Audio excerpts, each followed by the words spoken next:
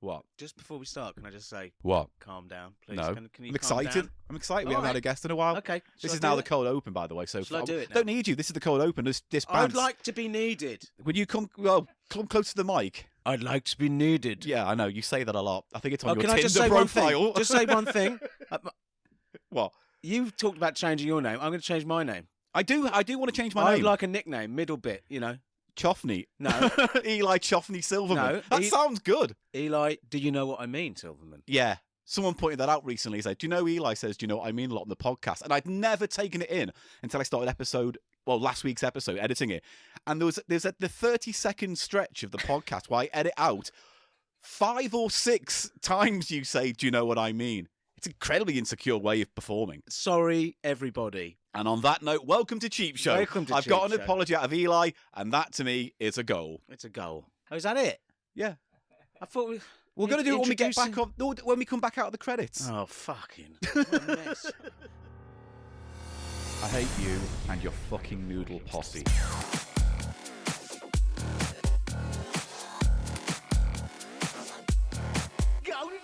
People love noodles. It's just a fact of Cheap Show you're going to have to learn to fucking accept. Cheap Show.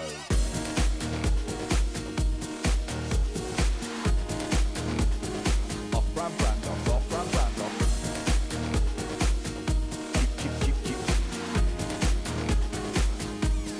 Cheap Show. It's the price of shite.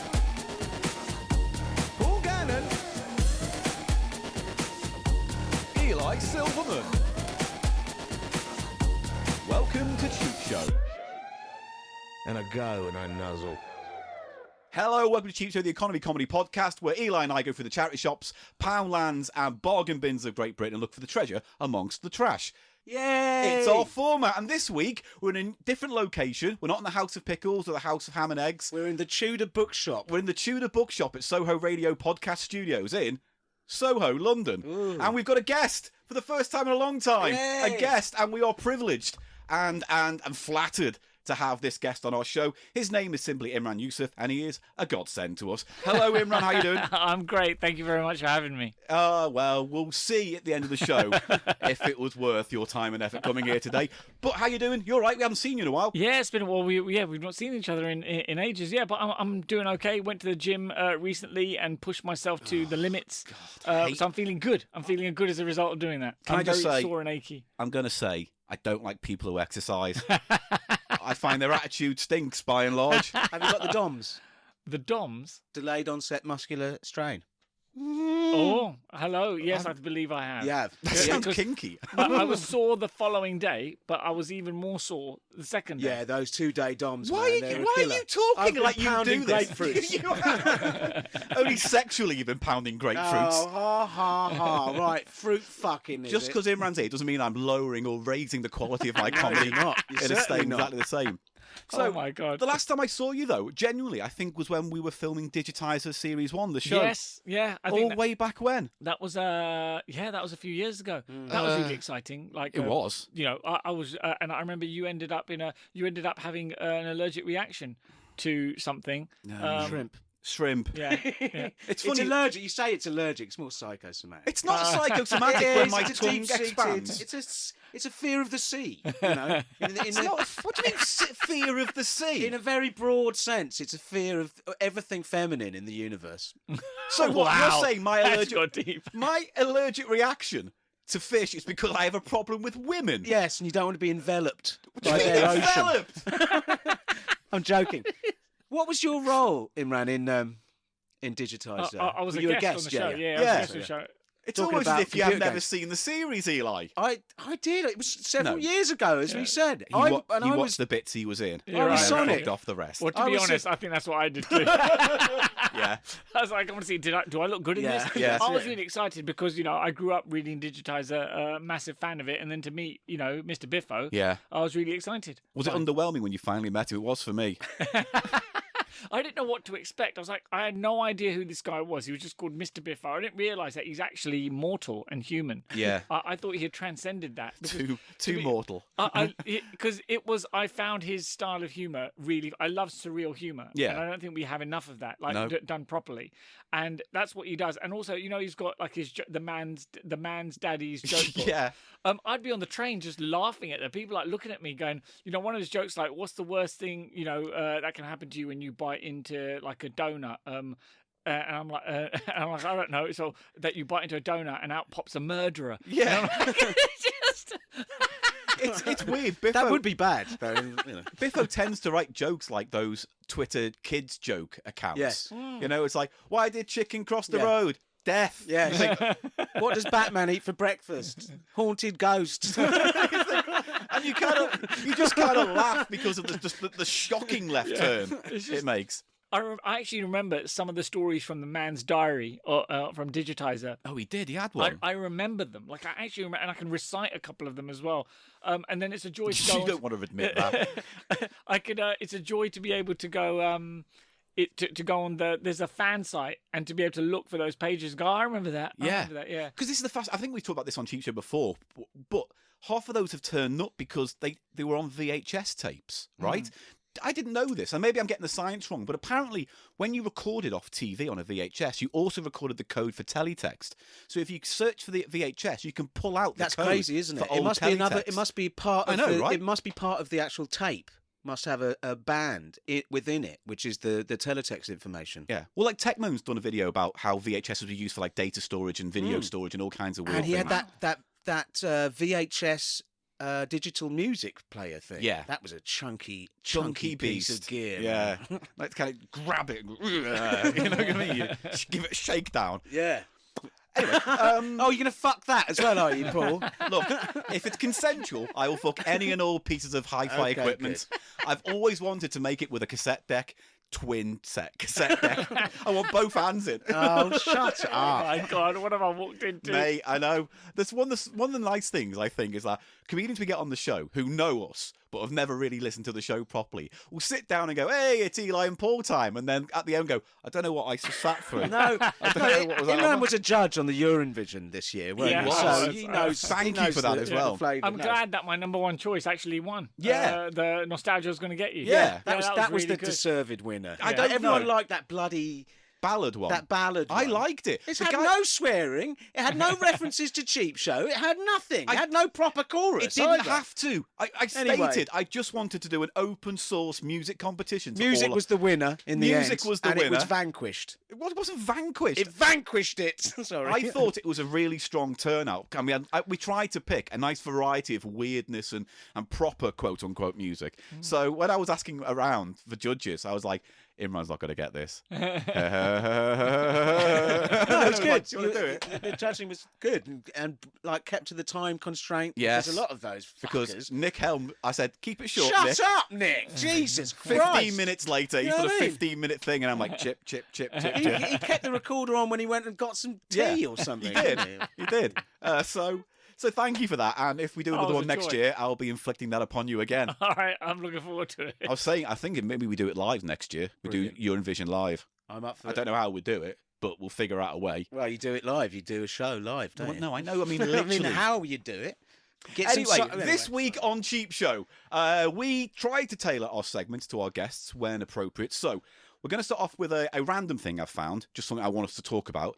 Deep nostalgia based. Whether it relates to us, I don't know, but it'd be worth picking through. But we do have in the next section after that is we have the price of shite, where Eli and I have gone to charity shops and we pick a few things out and you have to guess the prices of those items. All right. Right? We have 5, and today we have picked video games based items for you to peruse. Oh, great. Right? That's straight up my street. And if you like any of them, you can take them because I don't want to take them home. I've got that Mario Wow. pin badge as well. I'm jealous of that. Oh, if you've got any Mario-related stuff, I will gladly take it. He won't give up that. Uh, There's a charity shop in Camden called Mind, and a few months ago or weeks ago, they had a little pot of pin badges, and we were like, oh yeah, because we both love pin badges. Now they have a whole wall of pin badges, and we got the best ones. I got a Janine Ghostbusters badge, a Felix the Cat, a Coca-Cola, AC/DC.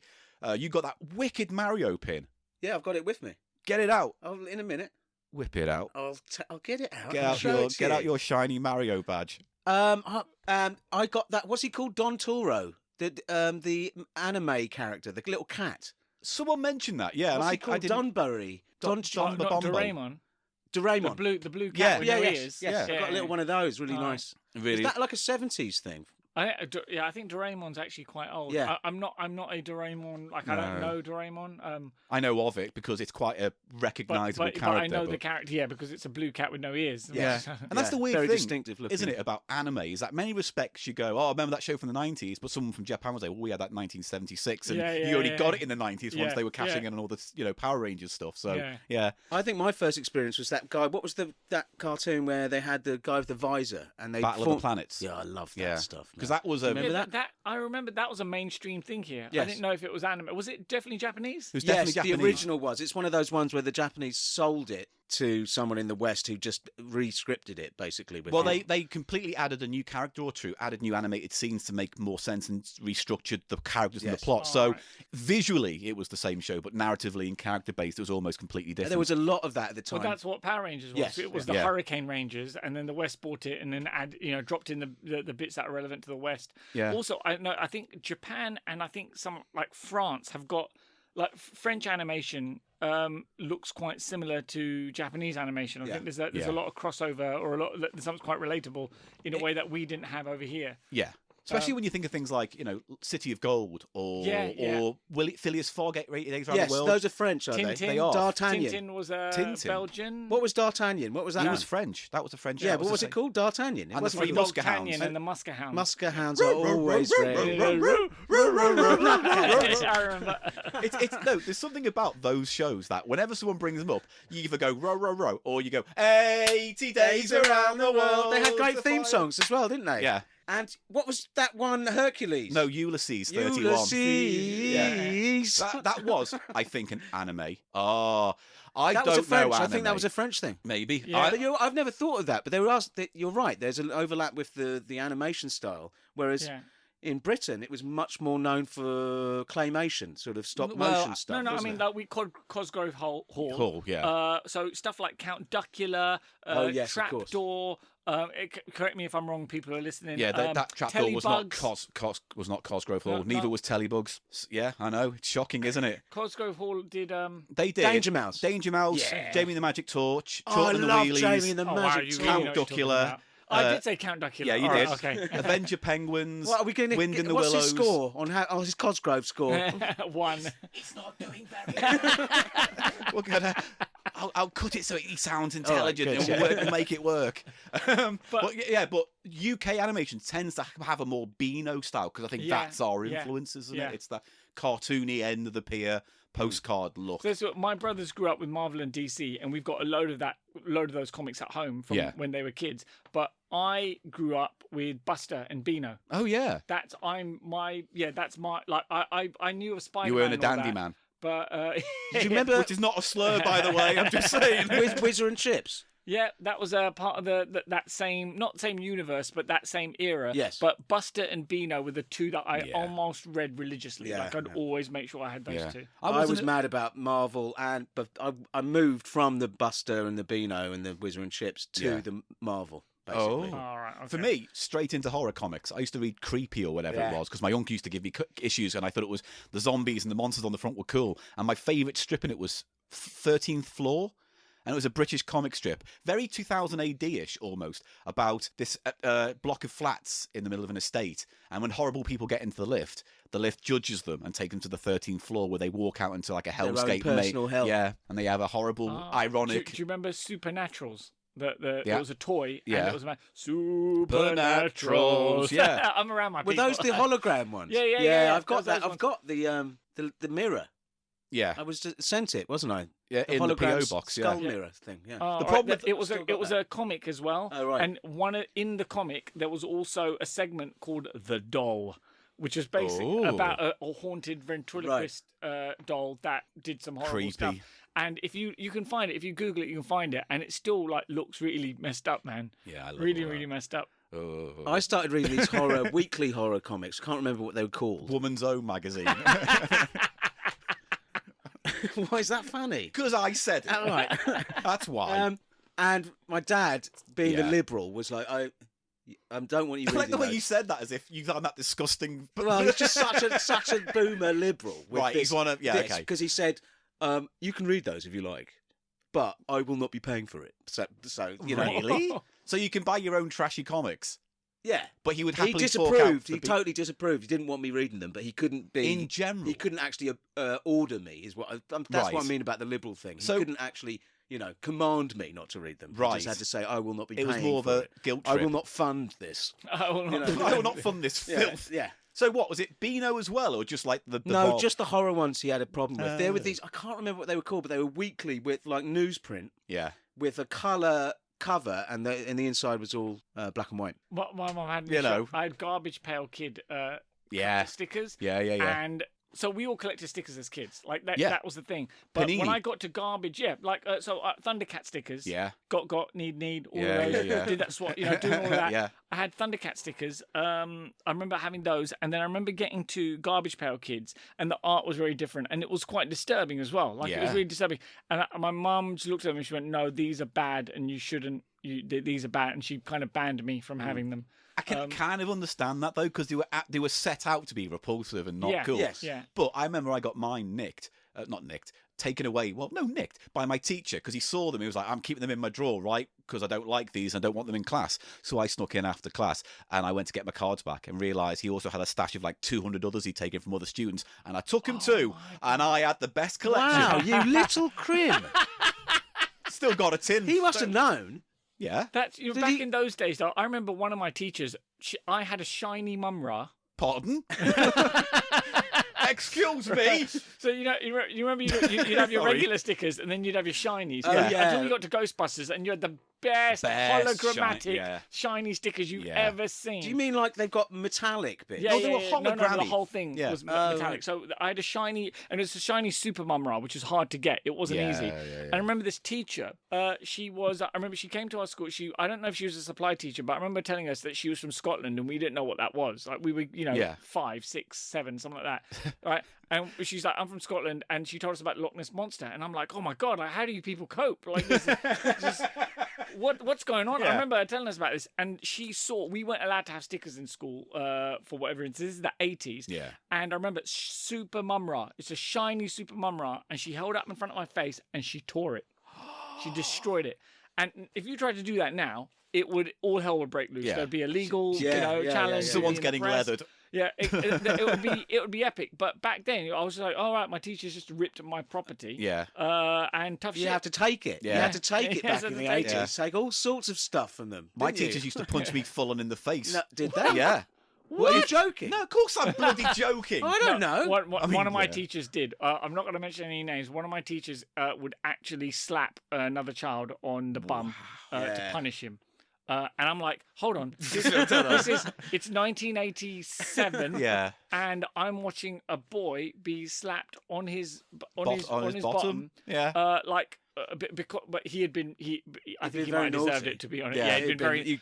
You only get bum slapping Yeah. for Or very if you've naughty paid enough. spankies. Yeah. Right. I'll say this Just though. one thing on Mumra. Can Yeah, I just go say on. one thing on Mumra? Yeah. If you like Mumra, there's that guy. What's he called? Cassette Boy, who does the Yes. cut up voice Yeah, things. yeah. He's done Mumra doing "Old Dirty Bastards, I Like It Raw." Excellent. Raw. It's Yeah, yeah, yeah. really good. I'll just say this. One of the teachers in my school got fired because he lost his shit with one student and literally tried to put his umbrella up him. What is? Yeah, you're right. And that it was in an era where stuff like that could be buried quickly from Yes. from public Yeah, from public knowledge. They'd get moved to the next school over, or they would just But what I quietly found retire. disturbing is that I found that era of I think one of the best things of my life is primary school in this country. Okay. Particularly in London. Yeah. Right? Particularly, it was a beautiful place. Now, at age 41, Yeah. I'm in a WhatsApp group with all the kids that I went to my middle school with. Yeah. Because it felt like we were a family. We were all like different backgrounds or everything, but we were like a Yeah. family. And we're Yeah. in a WhatsApp group now. We help each other out. Well, that's nice. So that's lovely. Because I But- refused to speak to anyone I knew when I was young, just on I don't principle. speak to anyone, but I did go to a primary for like a couple of years before I went to boarding school, like a wow. state primary in northwest London. How was Beckford. it for you? It Was was it great, like terribly you say, though. awful? It was one of the best times I had as a child. Yeah, was primary school. Like honestly, like I really, really value it.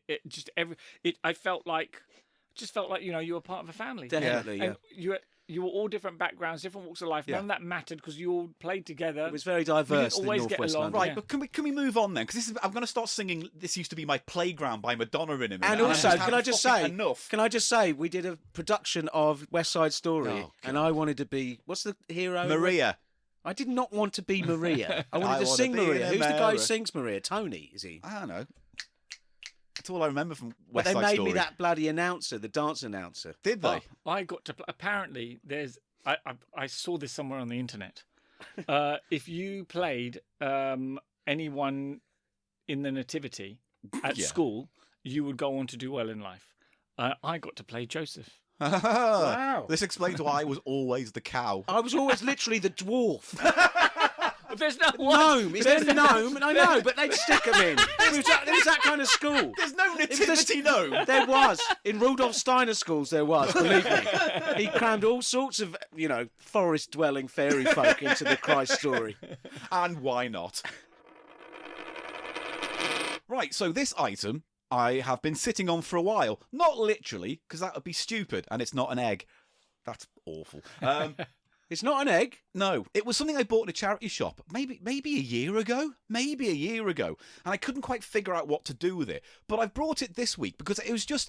Everyone's been talking a lot about nostalgia these days, and people complaining about new He-Man and new this and old versions of that. And it's like, is nostalgia all it's cracked up to be? Because a lot of things these days are trading on nostalgia to sell you something, remind you of something, give you the feels. I want to know who this is for, right? So I went into a charity shop and I found this. It's called simply 70s Childhood. And it's a little plastic bag. And inside you get a bunch of stuff.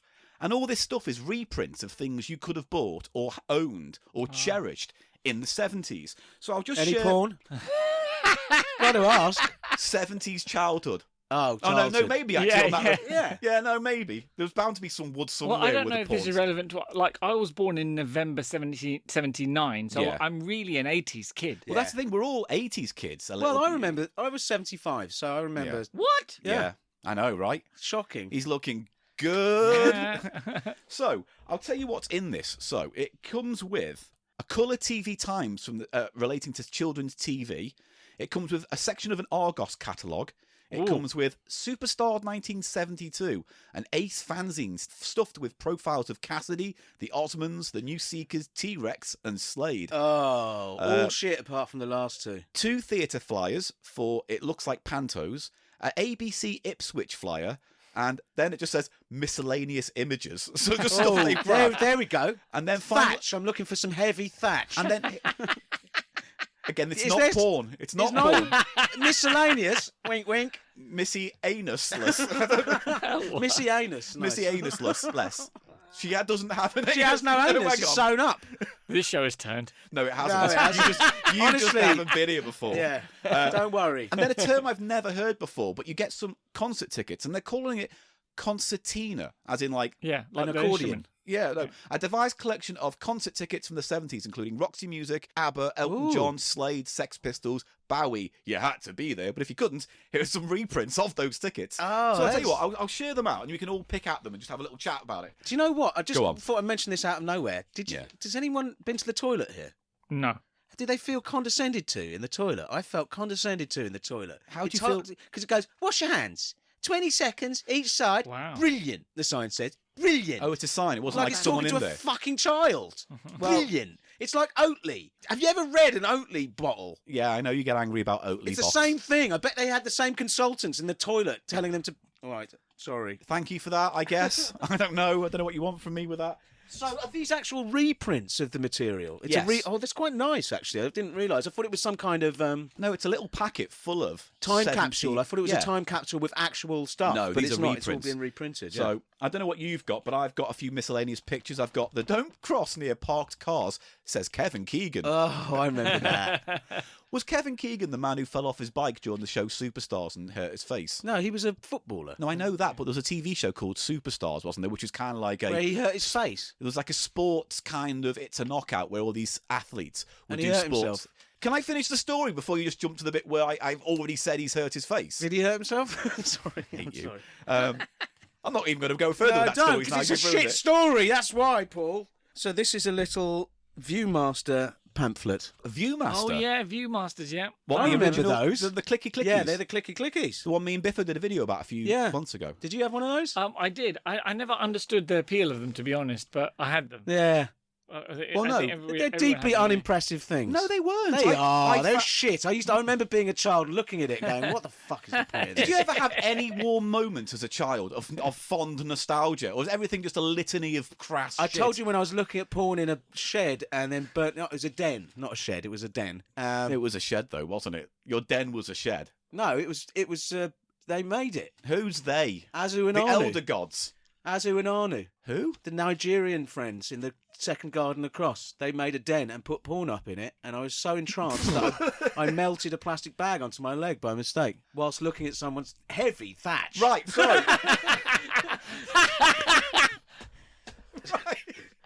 You know what? Every time you tell that story, and it's been a few times now, warningly, it just gets to the point where you add a new slice to it, and that extra slice just, I don't know, makes it dirtier. Extra heavy thatch, yeah. So it's a Viewmaster guide. So what does it say? Is it just like, here's a list of everything you can view on Viewmaster? I think it must have been a sort of a reproduction of an inserted pamphlet that came with a magazine or something. Right. Because I used to love mine, because it was an idea you could explore the world. Oh, look. It's a small world at Disney. Click. Oh, look, it's the Splash Mountain. You could go places you couldn't because your family were poor, like mine. So all my holidays were in my eyes. Oh, Eye holiday. Yeah, I went on an eye holiday. I This closed is a- my eyes and went to anywhere. This is some kind of voucher. It says, gift 2 Viewmaster packets free for every purchase of a Viewmaster. So you got the packets. You got your... The little... The 8... Well, the they have to wheels. throw those in. Yeah, There'd be of no course. point buying a Viewmaster and then waiting a week before you could look at anything No, for it. it's a very good point. Very, very good point. What have you got, Imran? Me, I've got 3 things. Most notably, I've actually got a reproduction of an Argos, what came in an Argos catalogue. I didn't know they went back that long, Argos. I thought it was an 80s thing. Apparently not. No, it looks like it's been a while. And, so there's a variety of toys. I think what we all did, when we all got the Argos catalogue as a kid, you'd go straight to the back. Still do now. Straight to the back to look at all the toys, Yeah. right? And then later video games. And what I've noticed here is that you can buy... over here, there's an actual rifle. This silver rifle. A completely realistic looking rifle, because back then you could have replica guns because Because why not? Yeah, because why not? Because we weren't violent like the kids today. Oh, right? down with the kids Especially today. the American ones in America. Yeah. With and so their guns. and so I had a replica like handgun. It was a cap gun. Yeah. So it would go bang, bang, bang, bang, and it was blue, but it was metallic. So looked real From a distance, yeah, yeah. and we would run around, kind of bang, bang, shooting each other. Nothing, and it was fine. Yeah. It was just fine. There's train sets here. There's Scalextric. Yeah. Scalextric. I But can't even say it that- properly. But that's... did you ever enjoy Scalextrics? My dad did, and he had a very simple figure of 8 track, but Yeah. it's boring. It's boring and quite difficult as well. Yeah. Yeah, I didn't. I just thought you hold it down and it goes round. No, it whereas doesn't. Really, you have it's to go much and more, you have to sort of take it off on the corners, don't you? Yeah. Release the Yeah. pressure on the corners. we had Scalextric, but it didn't work. So I have memory of having Scalextric that it was broken by the time I was old enough to understand what it Yeah, was. yeah. So my brothers had rinsed it by then. There's also here a Kojak game, Ooh. Kojak target game where you get a gun. I think it shoots. Do you remember you used to be able to get guns that shot little suckers, little arrows, little suckers on, and they get and often if you were lucky enough, you could shoot someone in the forehead and It'd stick on. Yeah, that's Stick on. ultimate. I once threw a dart into my friend's ear.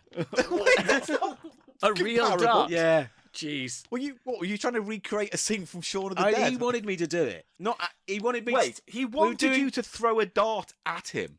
We were doing like pretend. Coke. No. What? I was 10. Yeah.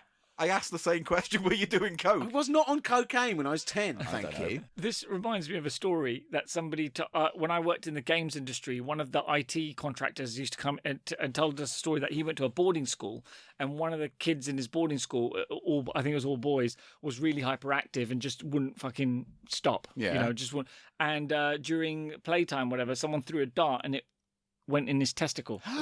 So he then, yeah, I mean, just the sound. And so apparently, just the idea of this. Yeah. So he then obviously had to go away to hospital. Yeah. When he came back, he had calmed down a lot. Yeah, no shit. Yeah. I'd calm down. Perhaps that's the therapy that they need. So what you're saying is, Instead of Ritalin, dart in the bollock.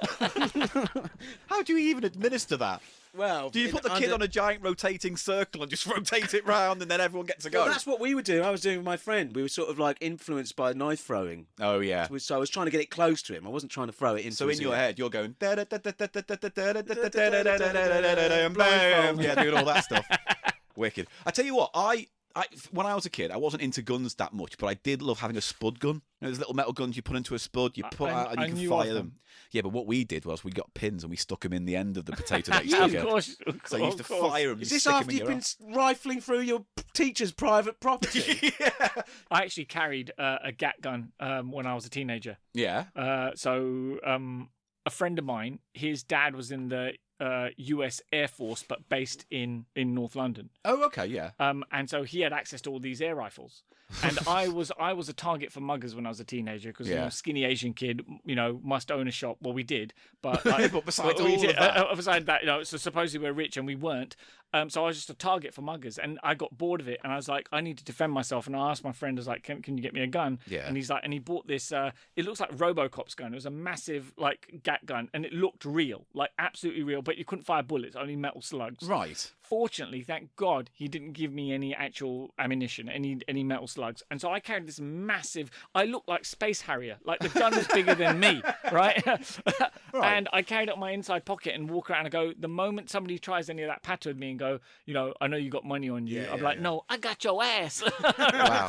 That's quite the move. That's what I was. Did you ever get to do that? Thank God, no. Okay. And a week later, I gave it back to him, and it was only £15. Like that's all he was asking for. It was £15 to have this realistic gun, and I'm a 14-year-old boy running around with this. This is like a high school version of Breaking Bad. Yeah. Where it's like, What part of London did you grow up in? Harrow. So Harrow, the yeah. school I went to was Hatch End. oh, right. And so Biffo went to Hatch Yeah, End, yeah, but yeah. years before, obviously. Or did he? What do you mean, or did he? I don't know. I was being spooky about Biffo. And I returned it to him, and then I took up karate that summer. That'll and, do. And then I went. My life took a better path. Yeah. Weird thing is, I can't imagine you decked out with guns and pulling out. You know what I mean? I can't imagine you doing that. It's really weird. What I find is that you are, your environment shapes you in such a massive way. Yeah. And I could have quite easily gone further down that road, and God knows where that would have led me to. Yeah. But fortunately, because of Street Fighter 2 and Jackie Chan, I took up martial arts. Yeah. And I was like, I will not use weapons. My hands are weapons. A rumble in Harrow. Closest I can imagine. I'd watch that. I'd watch that. That's what we need. There needs to be a London-based sort of kung fu movie. Yeah, Well- that's not based in central London, but based on in the suburbs. suburbs. Yeah. Yeah. Right. Because you just don't see that. A lot of British films tend to be Cockney gangsters and deals that gone down and, all that kind of stuff. It's like, I don't want to see, There's nothing. That football hooligan movies. I'm not a fan of those. they seem to do well though, don't they? Yeah, because they're cheap to make. I tell you what I saw on Netflix was called Once Upon a Time in London. Oh, so no. it's based on. Well, Once Upon a Time films. Yes. Yeah. So it's like a 30s gangster film in London with just the most boring, atrocious acting. Anyway, sorry everyone. Imagine if Roger Ebert said that at the end of the review. I hated Die Hard. Sorry, everyone. I know you like it. Superstar 72 I've got a replica of here. Is that a little magazine? Talking of Kung Fu, are they doing... It looks like they're doing Kung Fu. Who's that? The Osmonds? It's possibly the Osmonds. Weird. They're all in like Elvis jumpsuits and they seem to be going, with the pose sort of. Well, when was Kung Fu Fighting out, that song? That Oh, was that's in the later. 70s. Yeah. Yeah, I was going to say that's much later, right? Because that's when the films were kicking off, all those Kung Fu, Bruce Lee. I think the Kung Fu craze was from early on, though. It was like for most of the 70s, started in the early 70s, I believe. Because Bruce Lee? Bruce Lee's thing, Was he wanted to bring... Enter the Dragon was 1970, I think, or 71, I believe. Anyway, we've got the Partridge Family, shit. Slade, mostly shit. Osmond, What do you mean God, Slade mostly shit? mostly shit. Have What? you heard I've Slade? never- You know Slade was still charting in like the 80s? Yeah, I told you that That there was a is song shit. they released and it's on like Now 5 and it is god awful. Yeah, it's real bad. Anyways, that's what I mean, mostly shit. Yeah, but they also They're did... good until about 72. All right, but They had a better run than Oasis did.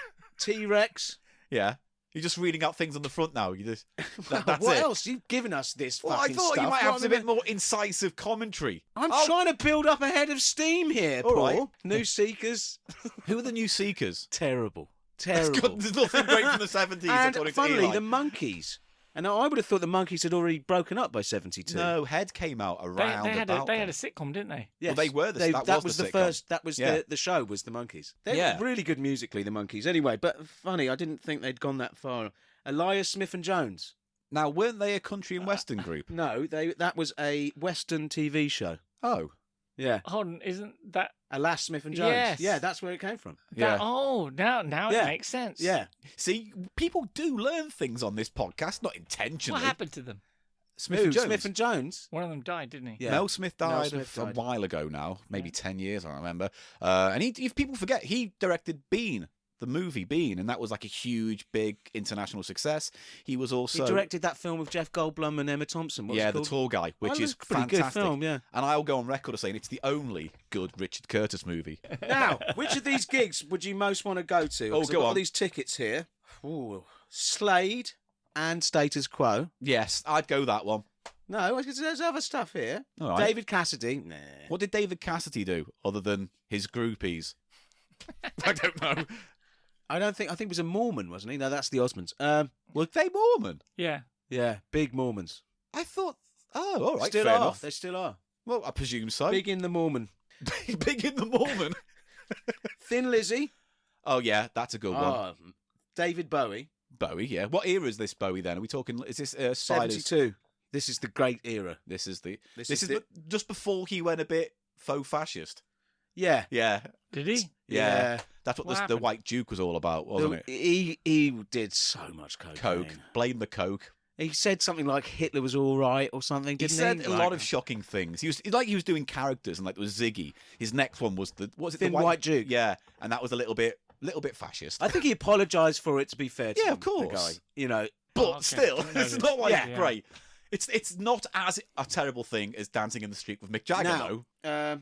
Bay City Rollers. Yes, I'd go see Bay City Rollers. No, you flipping would. If I had a girlfriend, I'd go because that would be a It would favourite all band. smell of urine, it would. Bye bye baby, baby bye bye. That was them, wasn't Yes. it? Bye baby. They suck. Who would you go see then out of that? Bowie. It would have to be. How Any have others? you not mentioned ABBA? ABBA's on there. ABBA's on there. Yeah, ABBA in Who else we '72. got? What ABBA? Sex Pistols. That's a bit late, isn't it? Yeah. That would have been what? I mean, it doesn't say These are all what replicas. year, They're replicas. so it's not. Yeah. It's not. You like ABBA, right? ABBA's good. Are we all out on that? ABBA is good, but if you grew up in my household where Mum listened to it all the time, All right. every day, you kind of get tired of hearing Dancing Queen. And you don't want to hear it anymore. They're good. You know what really put me off is endless TV programs from the 90s with Moby saying how good at Dancing Queen was. Shut up, Moby. What else have you got there? Have you got what's that colour TV I've got, thing? yeah, so I've got, there's two other ones here. I've got, one is, I've got a pamphlet. It says rediffusion colour, and there's a colour television, and it's basically a wooden box with a superimposed picture of a pretty lady Oh, on it. A pretty lady with ginger hair. nice. I can know, imagine it. Nice yeah, 70s. That's yeah, and she's looking quite demure. She's got a hand on her cheek, as if in she's a respectable woman, and she's looking for a nice gentleman to buy the television. Obviously, You'd hope so. Excuse me, does this come with the lady in? I saw the advert and it had a lady on. Does this one come with lady? and this is how they sell it: is for clear, natural colour, Oh. get rediffusion. This compact television set is designed to give clear, natural colour pictures, as well as black and white. It has a 20-inch super square direct viewing picture tube with true aspect ratio, push button tuning, and fully transistorized This circuits sounds quite modern. for greater reliability and lower power consumption. Picture and sound come in fast from switch on. The cabinet of the RT537/20, which is finished in a dark stained tropical olive veneer, Lovely. I love it. Love it. has a matching stand with smooth action casters for easy movement over carpeted floors. Yeah, that's Action it. casters. That just paints such a perfect It image does, of the doesn't it? 70s, That's why doesn't they it? picked it. It's just the copy It's is a- so 70s, isn't it? Yeah, it's great. I really, the effort they've gone to sell it, and then on the back they've got the specifications of it.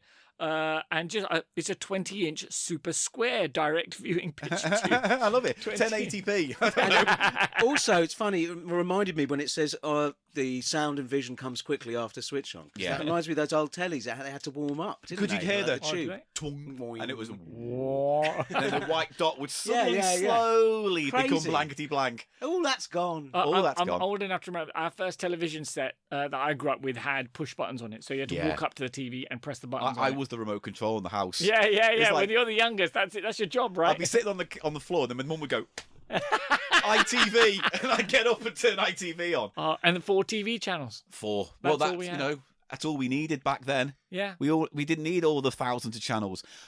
I think my nan, or certainly someone in our extended family, had a TV with a coin slot in. Oh my Because god. it was a rented TV, and so because people couldn't afford TVs back then, so places like Rumbelows and things were selling renting TV Yeah, on sets. a higher purchase. And some of them had coin slots in, like you'd put it in, turn the dial, it would work for half an hour or so, That is crazy. isn't it? It's. I mean, these days they call it the next Yeah, it's like Netflix model, Netflix. but you Yeah, know what I yeah, mean. right. There's something quite nefarious of that kind of model of like you can have this luxury, Yeah. but we're going to put it on a leash for you because Yeah. we can't trust you with money, you poor people. Yes, Well, it's right, totally they- dystopian, horrible. yeah. It I was mean, where- I was at once in a bed sit. That was the electricity. There was a thing I had to put pound coins in. Yeah. It's just the way it was. I think it was because like things like the HP or whatever it was coming in at the time. Where people you could buy things on the higher purchase. So you bought a VCR, and you paid 30 quid a week or something for the rest of your life, like a mortgage on it. And then maybe you paid it off, but never. I don't know. See that's what I'm really keen to ban. Like I want People's enjoyment of entertainment. No, just like that kind of evil way of forcing people who don't have a lot of money to be able to that they go, oh, I want this luxury item that everybody else has, but I can't afford it, but they can buy it at this exorbitant interest rate. Yeah. And that's evil. It's just Yeah, it's totally. outright Yeah. actual evil. And in the end of the day,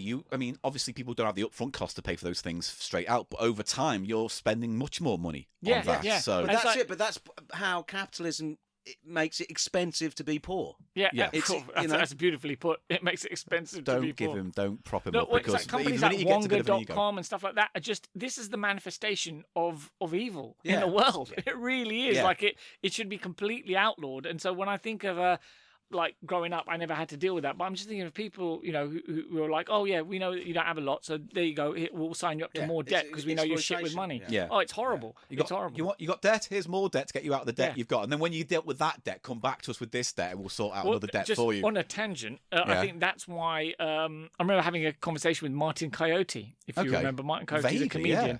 So Martin was just, when I started out, he really helped me, helped me getting at the cutting edge at the store. And he said that, that is it Ian Hislop, the guy from Have I Got News for You or something? yeah. He goes, I think he heard him talking somewhere and how they were taught, like kids who went to, what is it called, the kind of school he went to, public school? Public school, which is essentially a private school, really, isn't it? Yeah, that's Like, the weird. but I it's a never weird thing. understood that. Yeah, I but never got that. He went to So- a posh school. Yeah, so in posh schools, the kids are taught that actually, and this is said out loud to the children in the class, that you kids who go to the public school are going to grow up to become the captains of industry, the prime minister, the prime minister, the this, the chancellor, the whatever, all this stuff, and all those kids over there who go to the state school are going to work for you. Yeah. Yeah. That's their lot in life. Yeah. And what I went to a state school and I loved it. I think it was a great experience. But we're never taught how to handle money. You're trained No how one to is. learn language and stack shelves and do basic things, but not how to handle the responsibility of money. And so just this is what this. When I look at this, we're all enjoying. How wasn't it great back in the day when But we it were wasn't. growing up? Well, for many people, it was horrible, and I think it's an ongoing thing. Like not teaching state school kids how to handle money is creating problems where you have a telly with a fucking meter on it. Yeah, you know. yeah. But also telling people you're going to be the prime minister, you're going to be the, this is what leads to this utterly complacent bunch of corrupt assholes in the government. Yeah, doesn't it? because their whole life they're told, you've got this. You can do anything. You can do anything. You've been and born then into they just wealth, fail. yeah. They just and they never Well, get this is what I say. They fail upwards because the system around them supports it. Yeah. But the system that supports them is not allowed for everyone else. No. And Yeah. that's why there's this mass. I mean, this is why when people go, oh, the 70s, the 80s, oh, I remember Back to the Future and Ghostbusters. Yeah, they were the things that distracted you from how shit. Seriously, how shit things were. swear. Yeah. Because, I mean, I'm a kid in the 80s, and I'm like, Ghostbusters, Meanwhile, my mum's like doing 2 jobs. My dad's working nights. I don't see them in the evenings. And it's like, oh, I forget that. So, yeah, I know that the 70s and 80s were awful. The 3-day weeks, the garbage not picked up for months, the power cuts and things like that. This is the sugarcoating, which is just to kind of distract you from the fact that maybe we'll not learn our lessons if we're keeping ourselves distracted by slightly ephemeral stuff. Yeah, you know? absolutely. I'm not saying they're inherently bad, but I think certainly from this day and age, we seem to be leaning on more on pop culture as a comfort blanket, a security blanket, than actually something that we need to use to inspire people to change how they see the world. Well, now, any studio film now has an agenda. Yeah. You know, look at how China has strong-armed Hollywood into going, yeah. "Well, you're not saying that." Yeah. And then John Cena, Mr. Muscles, is out there apologizing in Mandarin. Crazy. Yeah. I'm like, I mean, it's interesting because it's not to demonize China, but like because of their economy, Hollywood, bending towards their will at times means, and this is just the example I can only associate with, Ghostbusters can never get released in China because they have a no supernatural policy in all their films now, and also no time travel. They won't have films based around time travel. I find that particularly sort of Orwellian. Yeah. the whole hold time on, travel. but no super. So No you can't have supernatural. Ghostbusters. So what about Transformers, which they did in China? That's Yeah, well, supernatural, Transformers is but fine. It's technologically They're aliens. supernatural, robots in it. right. It's aliens. It's like it's not too dissimilar to what they're used to in their pop culture. But like Ghostbusters Answer the Call never got released. I don't think this new one's going to get released in China anyway, and that's a big cut into the profits. I find it fascinating, the whole time travel being banned, because it's like the Chinese Communist Party saying, Well, we- Tiananmen Square never happened. Yes, That's not we an want event. to have the control of time. So Yeah. even the concept of Yeah. being able to mess with time, that's too dangerous. We don't want. Only we can say what the history was. It's you going know to what I fall mean? apart so hard. Like you can't control people for China's history is fascinating. It's something Yeah. I'm trying to learn about at the moment. Like I've got a big book on Mao and like why he became like he was a regular person who rose to power. Like I was telling you earlier, I was watching this thing on Netflix called How to Become a Tyrant, and it's about all the tyrants. Worrying that he's watching Well, that, frankly. last night it was about Idi Amin, who threw my parents out of Uganda, Right. where he went, "Oh, all these Asians, they own all the businesses," and they did, Yeah. right? But it's not because they were nefarious and evil; it's just because they were hardworking and knew what they were doing.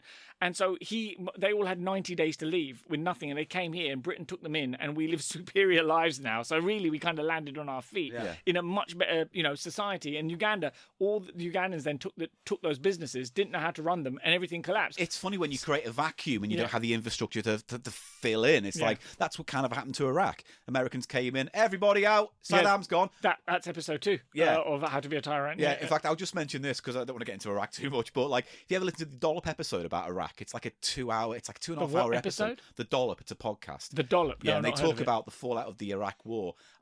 It's fascinating, great podcast. One of the most depressing 3 hours It's of my honestly life one of the listening worst to. things that Yeah. ever happened. It's just The horrible. Iraq War. Yeah. Oh, should I talk about Basil Brush now? Yeah. No, I just wanted to say one thing on China. One thing about China. Yeah. They never had democracy in China, right? Yeah. Guns N' Roses said they did. I heard this guy on a podcast. Took a while, but eventually they I heard did this say guy on that. this podcast saying there could be literally like ecological reasons why it never arose, because he was saying in China it's easier to administrate taxes. So because the land is all very similar, it's easier for you to calculate how much grain Yeah. has been grown in a certain area. So it's easier for you to administrate the tax. 'Cause Right? it's all kind of micromanaged. So it's easier to do, and so it's easier to have an authoritarian, autocratic system because you can do it there because of the way, the uniformity of the grain, the uniformity of the land. The consistency of it And means, so it's all these reasons they're saying, like ecological reasons why certain systems arise in certain parts of the world and not in others. Whereas if you're in Europe, there's some guy who lives on a hill and is in a mountain. You can't tell how much wealth he's got, so it's harder for you to Judge. Yeah, So yeah. everyone has to have a seat at the table there. Do you see them? It's harder to govern, harder to be autocratic. And there's also this: the universe. In the universe, there is everything, but duality, left, right, up, Yeah. down, black, Yin and white. yang. So yin and yang. So if you have democracy over here, you have to have a dictatorship somewhere else. Like it's impossible for something not to exist. Like once an idea That's why exists, Star Trek's shit. right? There's that. But anyway, I think we're going to go to war with China, and we're all too Keep old. it happy, come on. This has been our best episode ever. We're too old, so we're going to be in the flipping drone room, right? Yeah. Using our video game skills. That's the big conspiracy. Xbox One and PlayStation 5 are just trading on next army majors and it's a real shame. Like I've just been doing a little bit of research on Chinese history, and it's fascinating. Just as a culture of people, they've invented everything. Yeah. Anything you can think of, the Chinese did it Well, first. And bigger and gunpowder, better. noodles, it's like paper. Gunpowder and noodles. Got to That do classic that. No, combination. noodles is a big one. No, it is a big one. Yeah. So, Probably the but- greatest achievement in human history, basically. So you've heard it here first. Imran Yusuf is calling war on China. We're going to do it. saber I hope rattling not. on the cheap show. I've been there. I managed to go there. I managed to visit mainland China, Hong Kong twice, and mainland China once. Nice. It's fascinating, but it's scary where we're going with it. But anyway, Basil Brush. Basil Brush, because I was going to go into, Boom, boom! segue into the Is that the noise of the Hey! Chinese bombs? I've got a Basil Brusher pamphlet when he was performing at the Victoria Palace. Oh, who else is on the? Oh, Bert Whedon. We all love a bit. Oh, of Bert. Yeah, remember Bert What, Whedon? Bert, do you remember Bert No, Whedon? no one is. Oh. We're He just- was. I think Bert Whedon was like a guitarist, wasn't he? And he Really? had- yes. And he So he just comes on halfway through a pantomime and goes, here's my guitar. it was like a guitar. He taught people to Like play a John guitar. Williams kind of guy. No, I think he was like a guitar educator. Weird. I mean, I There's- know Bobby Crush because he's the guy who did the piano. Oh, I didn't know. And there's also Tony Venner, Howard Williams, Jan Hunt, and Les Dougals. Les Douglas. God knows. No, I don't know who any of those guys So are. I don't know, but we all know who Basil Brush is. Yeah, Yeah, we do. that's sadly the biggest name on the fucking bill. No, there's some big names on the back and there. on the back here at the Ashcroft Theatre in Fairfield, Croydon. Oh, nice. John Pertwee, we all know John Yeah. Pertwee. At Freddie Davies. Oh, this is the Davies? Jack and the Beanstalk panto. Oh yes, the Jack and Police. And Mark Winter with a Y. Bob Grant, Neris Hughes. Neris Hughes, I knew That because sounds- she was is that the a live. Welsh name? No, she was in the Liverbirds, the old Carla Lane sitcom about two Scouse girls. Bob Grant, I believe, was on the buses. You know, the big toothy guy. Oh who's like, yeah. And Robert Aldous. Robert Aldi. Whenever I Is saw that the how you say- Liverbirds, Okay. know. yeah, okay. whenever I saw the Liverbirds, I thought the Liverbirds, and I thought of birds that peck out people's livers. That would be better than watching the Liverbirds. No, that's that Greek guy who gets Prometheus. Is it? He gets his liver regrows every day. Yeah, and he's pecked by gets pecked out. vultures. I wanted to segue Is that the Greek god Prometheus? Yes. He gets his liver picked out. yeah, Yeah. for challenging So- the so gods what- for fire. He challenged the gods, and then the gods went right for eternity. You're going to be chained to this rock, and a bird will come and peck your liver out. That'll every fucking day. teach you for And fire. then it will regrow. But then, He's like what if Wolverine. he killed the bird? And then his liver would regrow, but even though it was already grown, and then he'd have this huge liver coming out. Just and one he'd- big and he'd liver. hope- What did And this have to do with Ridley Scott's film? Nothing. Nothing. No, that had nothing to do with anything. That I was movie. just It going to very end disappointing. End with this. It's the EMI preview of films coming to your local cinema. This isn't from Ipswich. So in 78, 79, you could look forward to Grease. Shivers and Rabid was a double bill. I bet that that'd was be excellent. That is pretty excellent. I mean, full on. You know, Yeah, I body don't know horror, if you could Cronenberg. handle Rabid after Shivers. Here's one I didn't know. Have you ever heard of this? It must be a live show. Oh no, it's not. Billy Connolly in Big Banana Feet just says cinemas in Granada TV area till December. Yeah, he had a film. Big Banana Feet. It was called Bananas. It says Big Banana Feet here. The movie. Well, it must have been Do an you know, alternate title. Billy Connolly is also a Billy Connolly. Billy's Connolly. He's also an artist. Oh, yeah, and- very and he good one. And I've seen his artwork not only in some of these galleries that you find in like Westfields, but also at the Manchester Comedy Store backstage. They've bought a bunch of his artwork. Wow. Yeah, and it's all just black line drawing of like figures and stuff. It's I still really think cool. he's the UK's best stand-up. Oh, easily. Easily. I just think there's nothing like him. Is he the UK's best or Scotland's best? No, the UK's. Okay, he belongs to the UK, not just Scotland. I don't care. He's definitely Scotland's best, I presume. I don't really pay It's that whole attention. thing of like when a Scottish person does well, they're British, and when they don't do so well, it's like Andy Murray. Oh, When they not do well, then they're Scottish. I would go right? further. I'd say he's one of the best stand-ups of all time. Of all time, Well, this is easily. interesting. When you think someone's, I've been like, I've studied stand-up a lot. I've put a lot of effort into understanding it and trying to get good at it. and I've seen people who've put in a lot of time, got really good. People who've been good from like early on, and all it really is, you can learn the mechanics of it, of like how to tell a joke, Stage presence, audience work, all of this. But ultimately, at its core, truly great stand-up is about is about self-expression. That's all it is. Yeah. It's not about your clever words. It's not trying to let me expand my vocabulary and try to be just you truly being who you are. And when you can't learn that except it gets released. And it's always, I remember watching Bethany Black in Edinburgh in 2018, and I'd never seen her perform. Oh, right, okay. I'd never seen her perform. I don't think I'd ever seen her perform at all. And I went to watch her show, and I went into a world that I didn't know about, which is her life. Yeah. And I remember just walking away, just going, she truly knows her life and who she's like really good at expressing who she is. Yeah. It's not about the cleverness of, sure, there's good crafted jokes. It's just the honesty, it's a isn't unique it? Story. Yeah, that's all it is. And that's all any comedian has to unlock. It's not there's so many things that you have to learn, but what the true magic is in unlocking what you really want to say and who you really are. Yeah. And Well, be for me, it's unapologetic like about it. my favourite stand-ups are all the ones who are good storytellers. So Billy Connolly, one of the best. Les Dawson, one of the best. Jasper Carrot's a great storyteller. Dave Allen. Victoria Wood. You know what I mean? It's like great storytellers who, even if they don't make you laugh for 5 minutes, you're sitting there going, Yeah. And then at the end of the day, he says, "Jobby!" And I go, "That's what I wanted, Billy." Right, let's move on. Okay. It's the fucking price of shite. It's the fucking price of shite. Oh, it's the fucking price of shite. It's the fucking price of shite. And that's right. I didn't do it very well. Do you know what that noise is called, Paul? A boink. Poit. A point. Poit. I can't go. Stop. He's hurting the lips when I do it. I can't. For some reason, I can't. All right. No one needs this. I can no do it better. one needs it. I don't need this. That's the point. It's like being in a. It's like being in a Tudor corridor. This. It is. You can do it. Oh, that was a good one. No, your one sounds proper. Yeah, he's got the real sort of drip in a cave. Yeah. But then, if you do it for too long, you do get a bunch of the Rolfs coming in. And then it all gets... and then I start wobbling things and it all gets a little bit...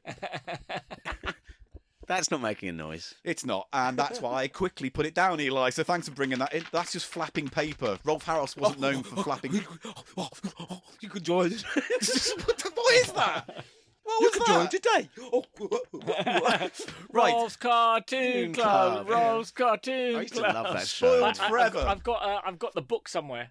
Like Rolf's Cartoon Club. I actually wrote to him to go, like, I want to be on the show, Really? but they shot it in Birmingham, and I'm from London. That was Oh, never gonna Probably happen. a good thing. What we're doing right now is we're playing The Price of Shite. And that is right. And that is where we go to a charity shop, we buy a bunch of items, and then you, as our guest, will have to guess the price. Now, usually what happens is it's a bit more free-for-all. You see an item, you have a rough guess of the price based on charity shops. We're going to go easy on you this time, all right? Okay. So what we've got here are 5 prices, right? And you'll be asked to attach one of these prices to one of the items that you're about to see. Okay. We're going to go through the items first. Okay. Looking, discussing, touching, breathing, kissing, loving, holding, loving. We're going to start with this one. All these were bought in charity shops like British Heart Foundation, Mind, Sue Ryder. Sorry, what rules are we playing here? We're playing the one where you see 5 items, then I give you 5 prices, and you attach the price to You're the giving item. me the prices? No, I'm giving you nothing. Almost literally, I'm giving you nothing. Okay, all right? well, I knew that. You are here now as an expert because you know I'm you an know, expert. You're an Oh, expert, yeah. so you can give advice, maybe. All right? Oh, I will. Yeah. Oh, yeah. Because usually, we work for petwings, which is what we call points here on the show. A nice Petwings, petwing, a nice petwing. You will get petwings. Don't get me wrong. For everyone you correctly attached to the item, you'll get a petwing. It means nothing. But you get to hear us say betwing. I like saying betwing. I'm going to say betwing more often. Well, betwing. is there betwing. a possibility of him Betwing. scoring no betwings at There's all? a very good opportunity. All right, then I'm going to add a little bit of spice into this, All Imran. right. I've got this lovely Mario wow. pin badge. That here. is You're lovely. playing for Getting it this. out. You're playing for it. I'm playing for You it. need one betwing. No, more. He has to have more, at least 3. 3 petwings gets the badge. 1, he could get lucky and win it. And I'm not giving Well- him a badge out of luck. I want to give him the badge anyway, Paul. You know. Well, at least dress it up with some bloody edge and we can throw in All some right. things at the Get end. the badge, whatever, but let's say 3 betwings. All right, 3 betwings. So, I want that badge. That is No. a really nice badge. Yeah. He's God, guesting I hate on our having show. guests on our show. They always take the good shit. God damn it. All right. Anyway, so here we are. 5 items, all bought from charity shops, and they're all because you're a video games fan, all with a video games theme. So here is the first item for you. Say what you see. This is a Nintendo DS copy of FIFA. Of FIFA 2008. Now, don't worry, because they're all the fucking same, and they just churn this is them out an yearly. American version. This is an American version. That's why it's called soccer on the front, which is a disgusting word. Disgusting word. And the game is in there. Oh, there's also a space in the DS case for a Game Boy Advance cartridge. Yes, because they could handle both originally, the DS, couldn't they? You could put a DS. Yeah, and if you've got the OG DS, Yeah. I used to always have the Incredibles in there because I never played the Incredibles, but someone gave me that game. It's not a really good story, I'm sorry.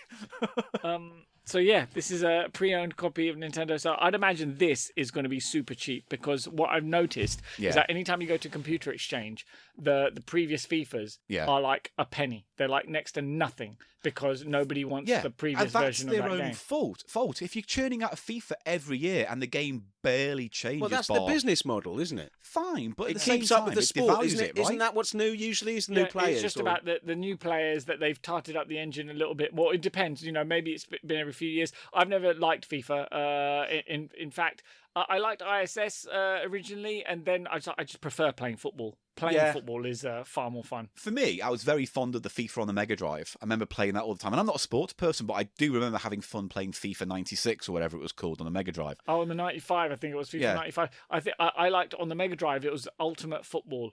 I found really enjoyable. My brother, I think, had that. I don't know who made it, but it just felt right. I didn't care about what the names were and all that nonsense. No. The control, if the mechanics are right, that's what matters. Yeah, that's the In thing. fact, who cares? The fake games are always more fun because you're always called like Fulchester United. And like name a famous footballer, like, Maradona. It'd be like Aradona or something. It'd just be a slight change. And also, what I really liked on those 16-bit games was all the sound effects of the crowd. Yeah. Yeah. I remember the song from, do you remember Striker? And then there was World Cup Striker. Yeah, and vaguely. a World Cup Striker. World Cup. Striker. World Cup. Striker. I want an album full of all those awful, video game theme tunes. And just like 30-second snippets would just be enough to give you the itch. Right, so FIFA Soccer. You don't have to give us a price now, but, you don't have to attach yourself to anything. But at a rough guess, what do you think that might be cost? That'd be under a quid.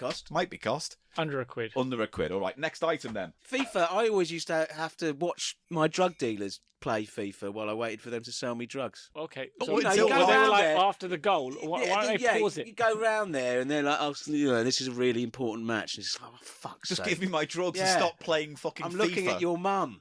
Why are you Jeez. looking at She's just in the kitchen reading a paper or something, and I'm sort of standing in the doorway. It's imaginary. Are you It's allowed an to- imaginary thing. I was imagining. All right. Okay. Of course, it didn't happen. I'm trying to say something, Paul. Sometimes. That's my expert thing. No, it's good. Thank you for telling us all about your sad moments picking up weed from weird houses on estates. He never said weed. He said drugs. That's true. It was paracetamol. Vague. Now, Next let's item. have the next item. Next item is for you. Say what you see. It's on a football theme still. Oh, hello.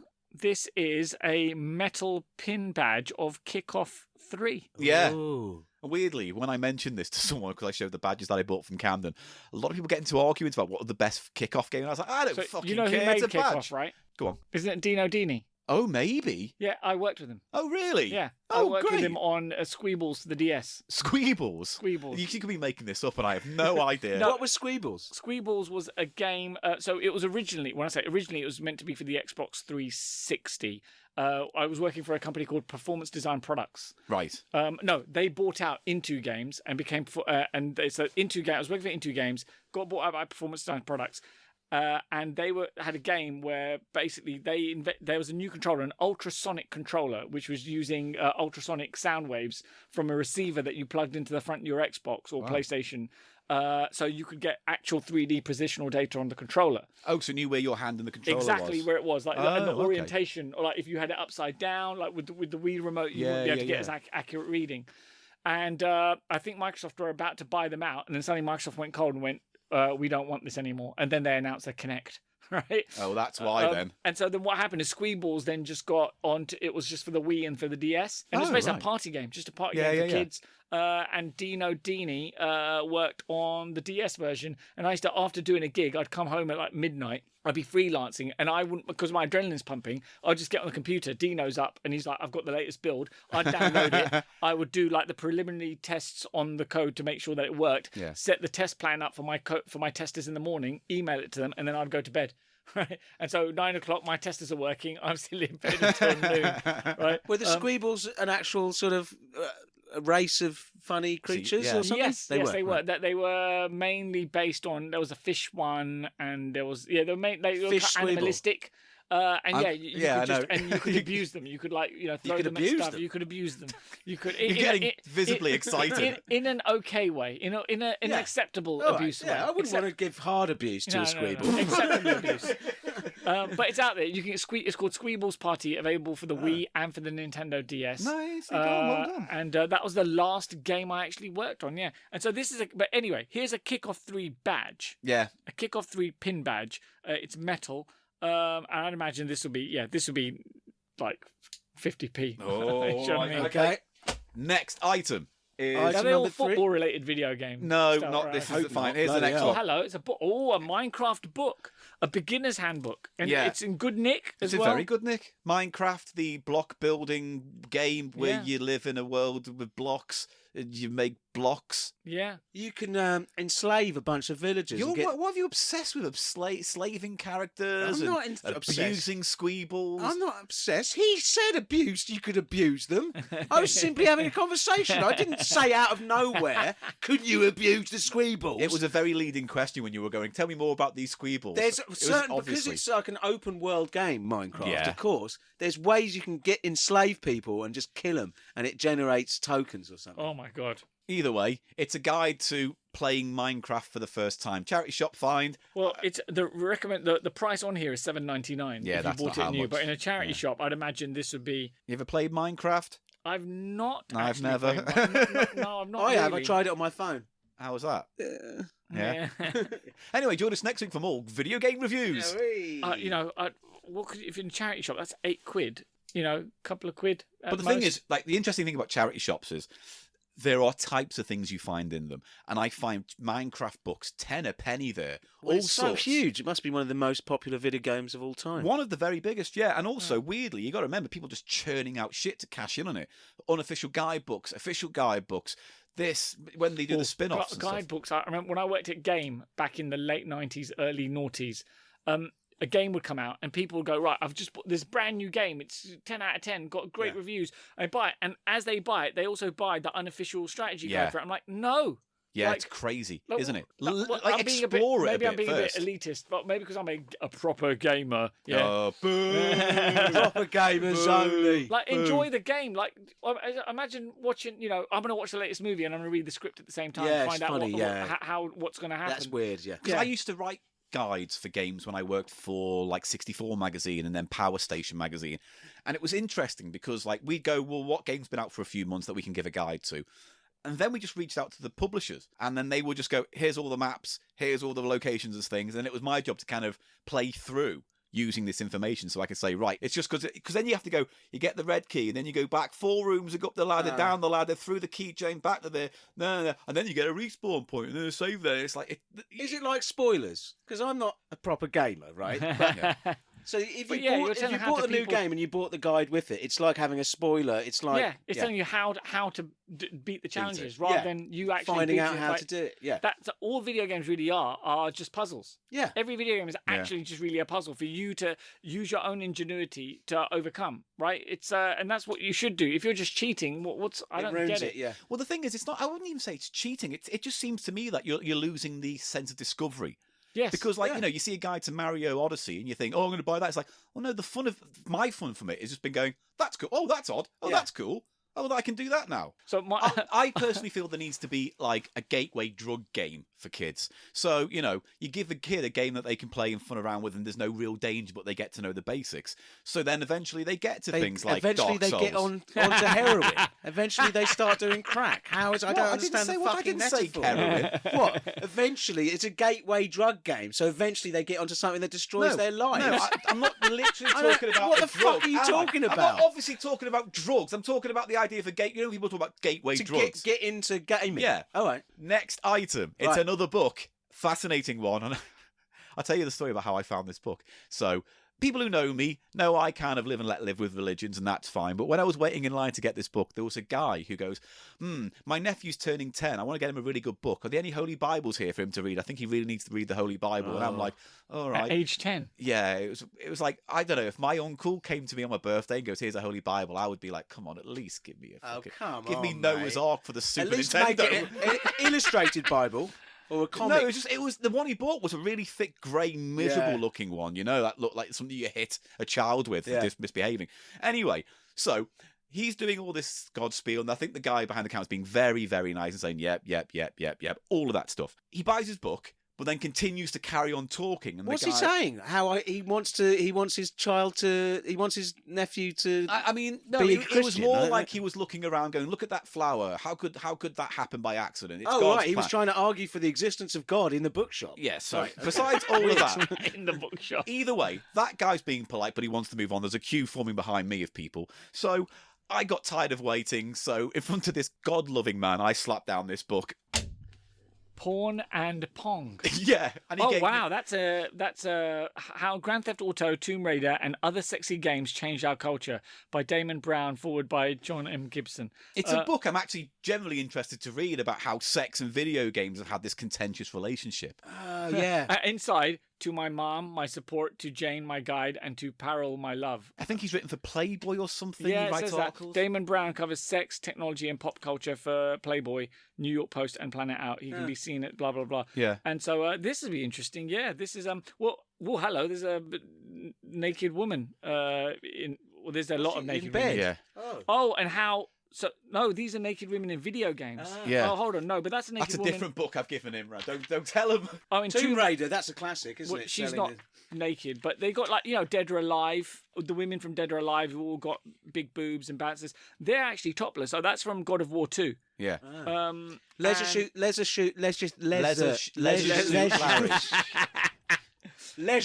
Larry. Leicester Suits Larry. Yeah. Yeah. Again, but I think it even goes back to There was Custer's There was Revenge. the Atari one. Yeah, that's what I'm saying. Custer's Where Revenge. he's got his willy Yeah. and he's shooting spunk at. Oh, that's it. Custer's Revenge. There you go. it is, Yeah. yeah. Well, there's Beat 'em and Eat Them, where you're a man jacking off on a building and then you come into the floor and the women below try and catch it. Oh, that's an that's slightly Atari different. game. That's too Okay. much. But I think it's the same publisher. So ultimately, this. Oh yeah, BMX Triple X. Let me tell you a little story about BMX Triple Go X. on, do it. So that was, I think, the last game that basically put a claim in the ground. I seem A to claim remember who it was gave kind of us like Turok. Yeah. So BMX Triple X was porn and BMX. like a kind of So- Tony Hawksy kind of thing, wasn't so it? Yeah. what had happened? And interesting story about Tony Hawk. So I used to work at Midway, and who was it? Is it Neversoft and Treyarch? Who made Tony Hawk's? Was it Neversoft? Activision published it. Yeah. But it was the Treyarch. All right. So move on. the developer bought Tony Hawk's to Midway and went, "Would you want to publish this?" Yeah. But that was it. Reflections, who made Driver. So Driver and Tony Hawk's came to Midway and went, "Publish our games." And Midway went, "No." Right? Really? They went on to sell a bajillion Yeah, copies. it's one of the biggest ever, isn't it? Tony Hawk's series. Well, yeah, Driver yeah. and Tony Hawk's, massive sellers. And then Midway went, "Oh, these games are actually very good and we should have published them. Right, let's start developing games that can compete with these now. So we can turn up 2 years late to their sequels." And this is why they came Right. up with the BMX So- porn and thing. No, this is it was a claim. And it was in Nero. So in that game, basically, you do BMX tricks, and the better you do, you can unlock naked riders and actual pornography in the bonus features. That's mad, And though. the PR event was basically strippers. So in order for the big PR event, and so a couple of guys who worked at Midway were like, "We've got tickets, we've got to go. There's going to be naked women and Yeah. beer there."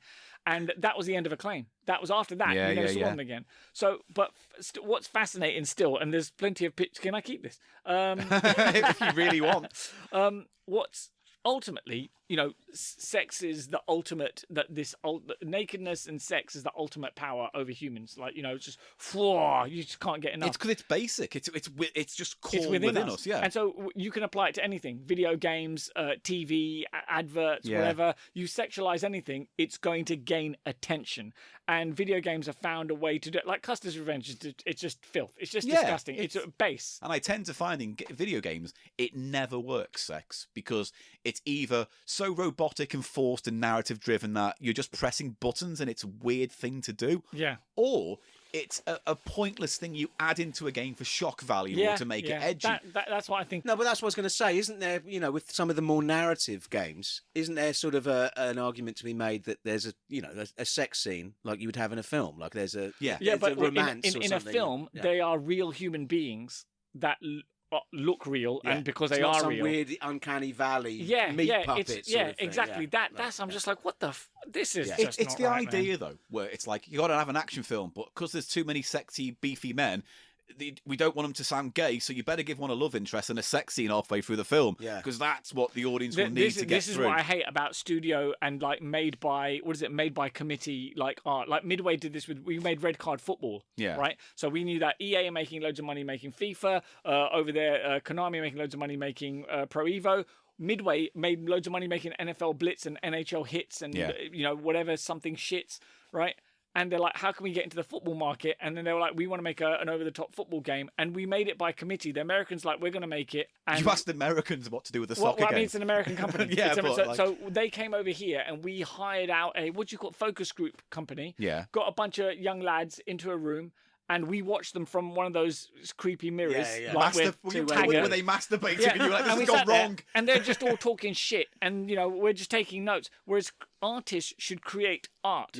Games designers should create a game. Don't get a bunch of kids. Like Steve Jobs quite famously said, people don't know what they want until you show it to them. Yeah. Right? And that's why Red Card came out and then you never heard of it again. Right, yeah. Because it was just all about how can we make money from that market rather than how can we create an interesting, game and an interesting There's product. a balance with films. There's a balance. So you have creative directors and writers who will change the film based on the preview screenings or whatever. But that's part of. But that's sort of a feedback.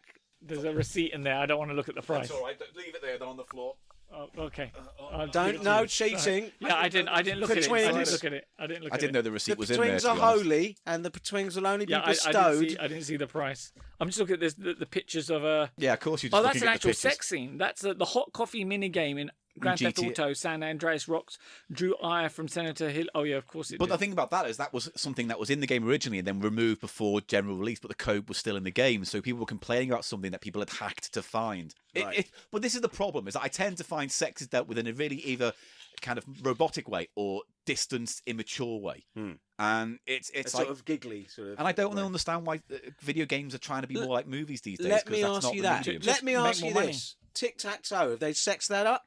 Well, there's a song called Tic Tac Toe about sex. Is it? Yeah, an 80s one. I can't remember the artist now. Is that rapper guy? Yeah, it's that rapper guy who did Tic Tac Toe. I can't remember. It was sampled Owner of a Lonely Heart by Yes. Oh. There you go. Anyway, last item. Because Okay. we've rattled on about porn not long enough and too long at the same time. Well, But coming here back is- to my shed den experience. Here's the last Melty item. den. It's a tea mug of. What is it? You're my favourite. Don't tell anyone. Who is this character? See, this is the thing I didn't know. I was looking for one item that wasn't a fucking video game book, and I saw this mug, and I thought, Yeah. is that what I think it is? A video game? So I scanned it with Google Lens, and it said it's from Destiny. It's a homemade Destiny mug. Oh right. So it's a Destiny mug. That's it. What's Destiny? It's a video game. I don't know. It's one of those. I think Destiny's. Is it that? It's one of those always online co-op fighty game. Oh, massive things. online. Yeah. I was going to say what I was going to say about Minecraft. What I was going to say about Minecraft is doesn't seem as sort of evil as something like Fortnite, where they get people to buy virtual. Oh yeah, skins you and stuff. basically you can play it basic, but if you really want to have fun, you got to pay money. Right, so you've seen the 5 items. Here are the 5 prices. All right. We start with 50p, then we have £1, Yeah. 150, 175, and then £2.50. So Eli's here to help if you think you need his help. Okay. But let's start I'm with the 50p. 50p. What do you think was 50p? Must And be look, the this badge. is what you Must be could the win. badge. Look at this lovely enamel pin portraying. that's what you're Mario. playing for today. That is very nice Mario Yeah. pin. So this is a 50p on the kickoff 3 badge because it's so small and dinky. Right, okay, good. Now, at the end of this, you can revise your scores if you want, but let's How get many through. Petwings does he get? 1 betwing per correct association. it? 1 betwing. That's But all? then if he gets all 5 right, he gets the badge, and I'll give him a hand job. So I think Ah. that's... Don't go, it's pretty fucking good, my hand jobs. Who cares? No one wants your bloody hand jobs. I'm not a fan of hand jobs. Well, Just say that. Well, don't I'm just give not anyone into- one then. Well, Anyway, £1. What do you think was £1 off this? You got all these items, books, games. What was £1? Just for clarity, you got 150 next and 175. So, it's a tough one. What's the top price? 250. 250. But what would be the 250 price? I don't know. I mean, I do. I wrote them down. I've got a thought. I'll Good. just remind you, Imran, you said about £1 for FIFA, didn't you? I did, but remember that's Less than £1, you said. yeah. I did say that. However, that's at Computer Exchange. Right. I don't know if charity shops have the same Pricing kind of structure. pricing structure. I will say they're much cheaper in charity shops. I've seen people give away for Xbox 360 games for like £1, 150. They're all sports games, though. You know, they're all like FIFA 7 or hockey. Because they've got that built-in 2008. obsolescence that we Yeah. were talking about. Yeah. Yeah. So I mean, Eli doesn't know the prices, by the way. Only I do. I so do not know. I'm here as an impartial expert. yeah. In a charity shop, they would look at that and go, "How much is that?" Would that? I don't know. Would they go, "How much is that at Computer Exchange?" They might look online how much it is. 50p, I Who would knows? say. There's no consistency No. amongst these charity shops. You know what? I'm going to swap it. I'm Oh, gonna put the he's swapping 50p it. on the FIFA. Right, and £1 for the badge. The kick-off badge. No, I think because it's kickoff 3, it's a little bit more like collectory. I don't know about that. We got it from a wall of badges in Camden, so Yeah. I don't think there's anything. There was no difference. They There's no were prestigious. all. I'll give you a little. They were all Very cheap. all the same price. All right, okay. All the badges. think you should keep your first one, but the 50p. Come on, you want Mario, don't you? Okay. We don't like to I'm upset. going to put a pound on FIFA. Okay. All right. Okay. Cool. Next one is £1.50. What do you think was £1.50? The remaining items, we've got the Pawn and Pong book. We got the Yeah, in mug. terms of value, so on the mug, I'll put £1.50 on the mug. All right. Because I think the books are going to Gonna be the more. high. All right. Well, Okay. then you've got 175. Yeah. What is 175? You've got the Minecraft book and the Porn book. What's the Porn next Pong. price? 250. It's a big jump up. One is a hardback and one is a softback. Yeah. So I think the 175 for the softback And then 250 for the hardback. 250 for the hardback. Right. I reckon. Could be. You've locked in. I think you've done well there. I think you've locked in 5 prices. Now I'm going to give you one choice now to swap any prices round. Now I will Don't say do this. the badge. Don't do the badge. We Right, want- we we're want at least giving a you betwing heavy for you. hints on the bloody badge. Yeah. All right. You know what? I think maybe 150 on the FIFA and £1 for the mug. That's But good. That's the a good books you're swap. gonna keep I that think that's way? a good swap. All right. Well, then it's time to reveal the betwings. Oh, you've scored at least one. Yes, we can give you that. Right. We So made sure of that. we'll go in order of price. Okay. So 50p. In this instance, you said it was the pin badge. Yeah. It was 50p. Pertwing. One per twing. Twing. Now, can he get 2 more to win that illustrious Mario pin badge? I'm on tenterhooks. Right, what was £1? £1. Okay, so what was £1? You put it on the On the Destiny mug. ah. Oh, no. You were right to. It was £1. Oh, yes! Two Look at that. betwings. I've got a bit of tarot going on. Right, here we go. All right. Right, next item. He's doing very well so far. Is £1.50. Now you put that on the DS game. On the FIFA 08. You say £1.50 for FIFA DS. We say £1.50 for DS Nintendo Wow. FIFA game. Free Oh, betwings. yes, You've free got the betwings. badge. It's So all gravy The from badge here. is safe. The badge It's is all safe. gravy. It's pure extra between gravy from It's here. And between I hope, gravy. I have to say, Imran, I hope you get some gravy between. Right. Sloppy gravy betwings. £1.75 you said was the Pawn and Pong book. Yeah. Sadly, no. That was Oh. £2.50, the most expensive book here. Was the Pawn and the From Pong. Oxfam, by the way, were they slightly overpriced books. They do. And Minecraft was £1.75. My so, dad works at Oxfam. Oh, the one in Kentish. Yeah, that which you know used what to be made like- sense is that it should have been that way round because there would have been loads of these and none of these. That's Yeah, unusual. It's yeah. sort of a small thing, yeah. But 3 out of 5 ain't bad, as Meatloaf once kind of sung once. Do you know what? I just said my dad worked in Oxfam and no one picked up on that because that's what you used to insult Yeah, but people you- with in the playground when you were a child, didn't you? Yeah, Your mum works at Oxfam. Exactly. That was you wear. No, you wear Oxfam. Yeah, you that wear was the thing. Oxfam. Back And in it the was shops like- at Oxfam. Yeah.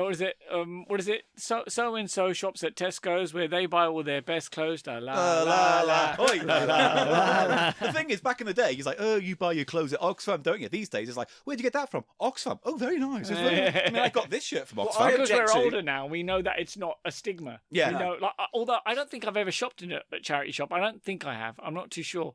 Oh, the most horrible thing, Ian Stone Yeah. went into a charity shop and he found an SS uniform. And I'm like, he took a picture of it and I'm like, and it was 75 quid. Was it a bargain. real one? Yeah. Right. Whoa. And it was the coat.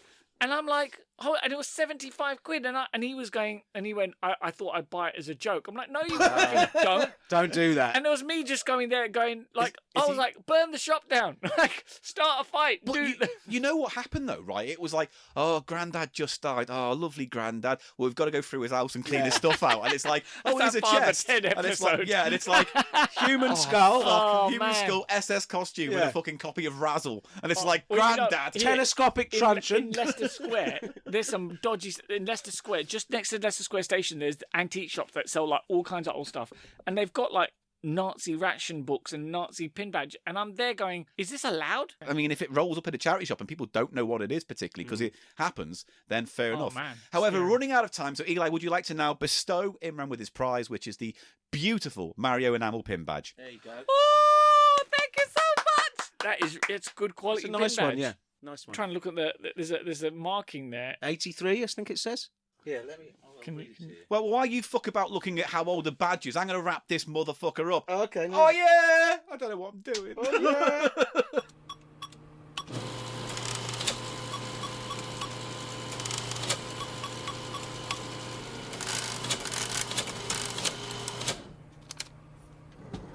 82 was the age of the badge, Eli says. 82, which would have been what? Before the NES and Super Mario Land for the NES, right? So this Yeah. is real old Mario. It's good. Real old Mario. Anyway, that's all we've got time for on Cheap Show this week. Thank you so much, Imran, for being our guest today on the show. Hopefully It's you're not been too a pleasure. traumatized. I turned up here and I got a really nice Mario pin badge. It's really nice. Everyone seems to go away with something a little bit nice. Anyway, we're going to do the wrap up because it's 6 o'clock and we've got to get out of here. All So, right. yes, if you want to support us on Patreon, and only if you can support us on Patreon, you can go to patreon.com/cheap show where you'll get extra videos and podcasts and magazines and all kinds of lovely things for you to peruse. Also, our website, thecheapshow.co.uk, is your one-stop shop for links to our merch page, Tony's merch page, a then physical copy of the magazine, videos. Every episode has a page dedicated to it with images it and looks videos. great. Imran showing off his badge. Focus. I'm Okay. trying to do the admin.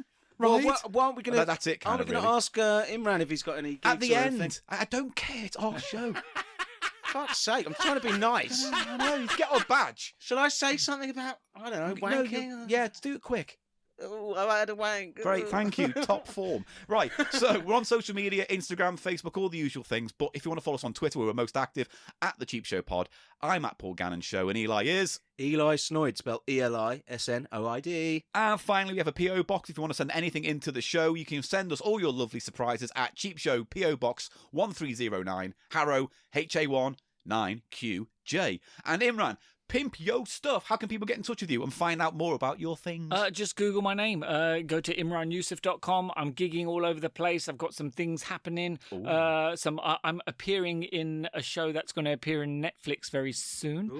So you can find it. Better not be the next series of bloody How to Be a Fucking Despot or whatever it is. But yeah, just look me up, imranyusuf.com, or just Google my name. I've got a YouTube channel with over 7 million hits. Check out my comedy. Also want to give a shout out to my friend Adam Humphrey, who loves this show. Thinking about you, bro. Thank you This for your is support not and a love all the year. breakfast radio show. We don't do it.